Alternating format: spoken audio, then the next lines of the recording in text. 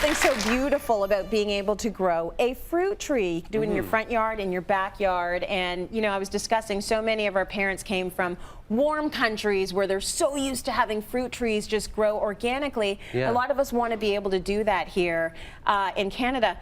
But it does take a bit of work. It does take depending on where you live and what the temperatures are. You got a little bit of work, a little bit of knowledge. Right. So let's go first with a little bit of basic knowledge that you need. So let's just say, for instance, we have it planted like this. We're not going to plant them a little bit further out, of course, but we have a plum tree, we have a pear tree, and an apple tree. We think, we have 3 trees. So bountiful. But then we're like, why are we not getting any fruit? Yeah. Okay, so going on? With an apple, a pear, and also a plum, they need pollinators. Right. And what that means is that you need 2. So you're going to need to find out which ones are going to pollinate with each other. Okay. And you're going to need not plant 1 tree. A lot of the times you're going to have to plant 2 trees. 2 of the same fruit? 2 of the same fruit, usually, yes. All right. There are some ones that have different fruits that are already grafted onto it. So there's a 5-in-1, so those are self-pollinating. Oh, okay. Peach, sweet cherry, no problem. Those guys you only need 1. Okay. So first question is, when you're thinking about getting a fruit tree, does it require a pollinator? Good news is let's say your neighbor has a plum tree. Yes. It's 100 feet away from where you're going to plant your plum tree. Yeah. Bam, no problem. Awesome. The bees are going to go around pollinating and all that's great. So next thing is you need full sun. So you got to make sure that the space that you have is not blocked by any trees. So you need full sun. Then we got to decide what type of tree that we want to grow. We're always going to want to get a semi-dwarf.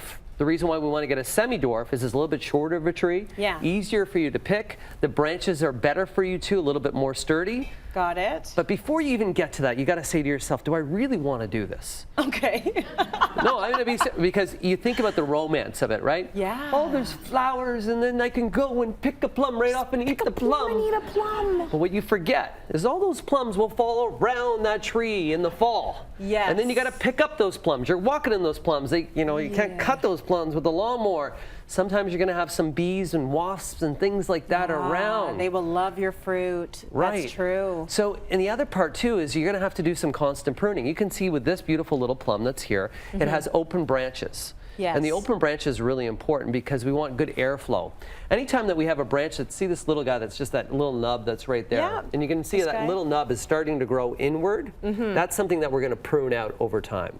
Any inward, so every year we got to prune out those inward little branches. buds. So we got, so the next thing that we have to do too is that to make sure that we take care of overwintering insects and disease, we want to do what's called a dormant spray kit, which is a combination of lime, sulfur, and horticultural oil. That's going to take care of any overwintering diseases or insects to make sure that our fruit's going to be good. What are you going to do outside of that for the winter? Do you have to wrap them up? Well, the big thing is with apples, bunnies and deer sometimes like to eat the base of them. Right. That's a really good question. So a lot of the times you have to put a plastic wrap around the base of that fruit tree. Okay. But remember, as snow load goes up, the bunnies can then eat up here. Because they get up on top of the snow. Yeah. So, you know, there's a lot of good, but I also always like to make it realistic. You're going to make sure that you're going to be fertilizing as well. So you got to make sure that you're fertilizing, and you use something like flowering-based fertilizer, or you can just use a nice manure when you're planting them.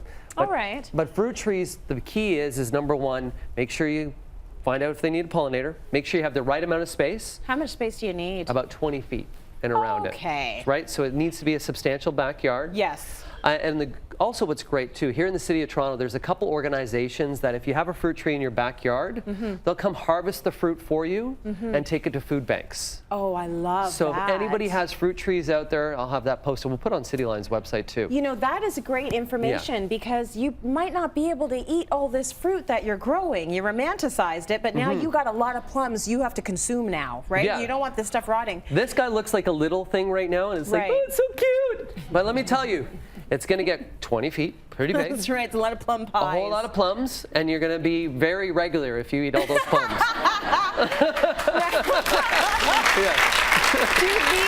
Do these trees intermix?